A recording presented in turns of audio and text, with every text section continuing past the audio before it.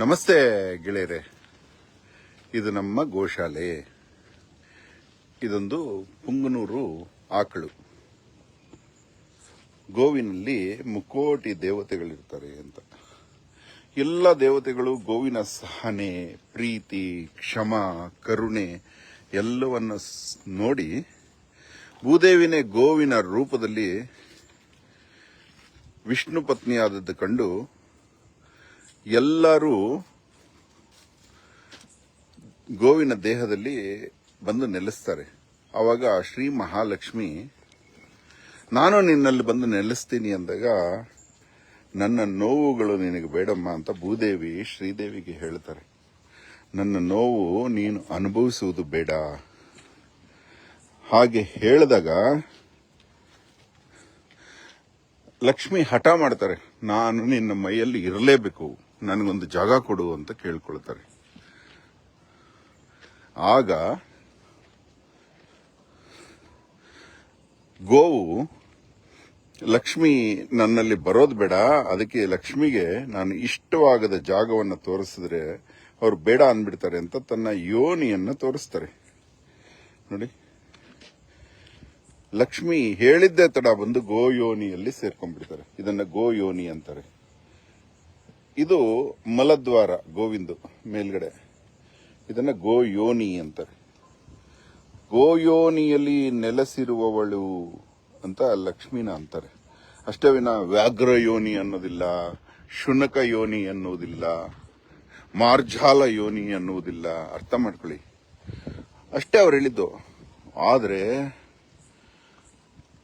ಅರ್ಧ ಮಡಿಕೆಯ ಜ್ಞಾನಿಗಳಾದ ಜನ ಅದನ್ನು ಅಪಾರ್ಥ ಮಾಡಿಕೊಂಡು ಒಂದು ಧರ್ಮದ ಭಾವನೆಗಳಿಗೆ ಧಕ್ಕೆ ತರೋದು ಅಹೋರಾತ್ರನಿಗೆ ಇಷ್ಟ ಆಗಲಿಲ್ಲ. ಫೇಸ್ಬುಕ್ ಇದೆ, ಮೀಡಿಯಾ ಇದೆ, ಲೈವ್ ಇದೆ ಅಂತ ಹೇಳ್ಕೊಂಡು ದೇವರಿಲ್ಲದ ಜಾಗ ದೇವರಿಗೆ ಗೊತ್ತಿಲ್ಲ. ದೇವರು ಎಲ್ಲ ಕಡೆ ಇದ್ದಾರೆ.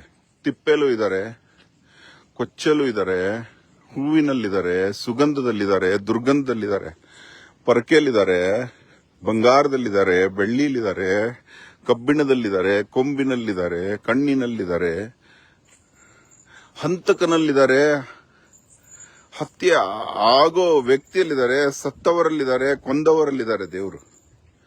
ಹಾಗಂತ ದೇವರು ಟಾಯ್ಲೆಟ್ ಅಲ್ಲೂ ಇರ್ತಾರೆ, ಡೈನಿಂಗ್ ಟೇಬಲ್ ಅಲ್ಲೂ ಇರ್ತಾರೆ ಅಂತ ಟಾಯ್ಲೆಟ್ ಅಲ್ಲಿ ಹೋಗಿ ಊಟ ಮಾಡೋಕ್ಕಾಗಲ್ಲ, ಡೈನಿಂಗ್ ಟೇಬಲ್ ಮೇಲೆ ನಾವು ಶೌಚ ಮಾಡೋದಕ್ಕೂ ಆಗೋದಿಲ್ಲ ಅಲ್ವಾ? ಹಾಗೆ ಒಂದು ಭಾವನೆಗಳಿರುತ್ತೆ ಎಲ್ಲರಿಗೂ. ಆ ಭಾವನೆಗಳಿಗೆ ನೋಯಿಸಬಾರ್ದು. ಪ್ರತಿಯೊಂದು ಧರ್ಮಕ್ಕೂ ಅವರದ್ದು ಭಾವನೆಗಳಿರುತ್ತೆ, ನಂಬಿಕೆಗಳಿರುತ್ತೆ. ಮಹಾಲಕ್ಷ್ಮಿಯನ್ನ ಅತ್ಯಂತ ಹೆಚ್ಚು ಜನ ಇಷ್ಟಪಡ್ತಾರೆ.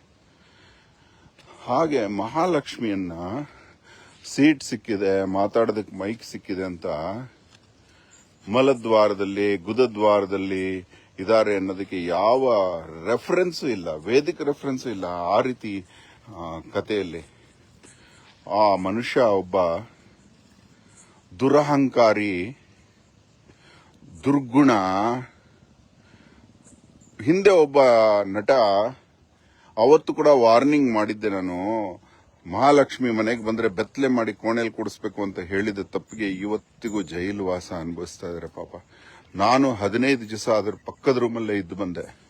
ನನಗೆ ಕರುಣೆ ಬರುವಷ್ಟು ಕಠಿಣ ಕಾರಾಗೃಹ ಶಿಕ್ಷೆ ಆತನಿಗಾಗಿದೆ.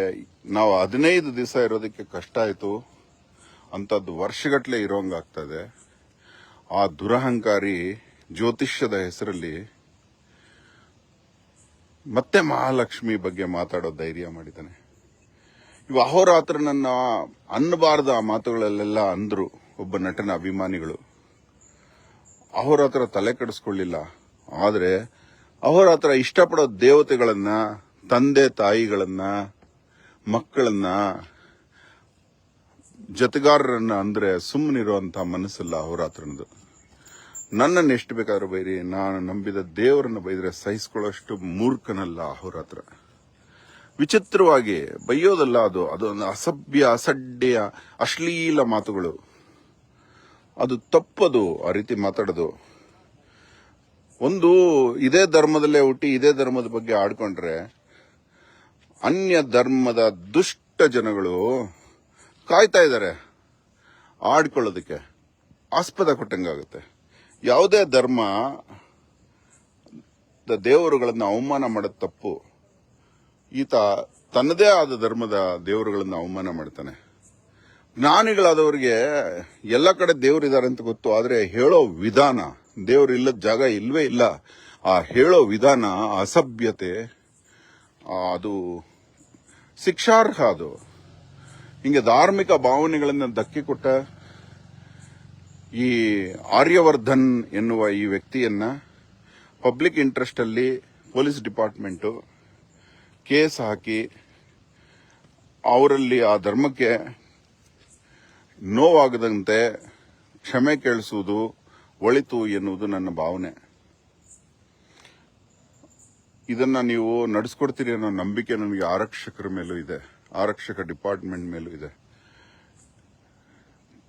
ಇದು ಪಬ್ಲಿಕ್ ಸಂಬಂಧಿಸಿದ್ದು, ಒಂದು ಧರ್ಮದ ಭಾವನೆಗಳಿಗೆ ಸಂಬಂಧಿಸಿದ್ದಾದ್ರಿಂದ ನೀವೇ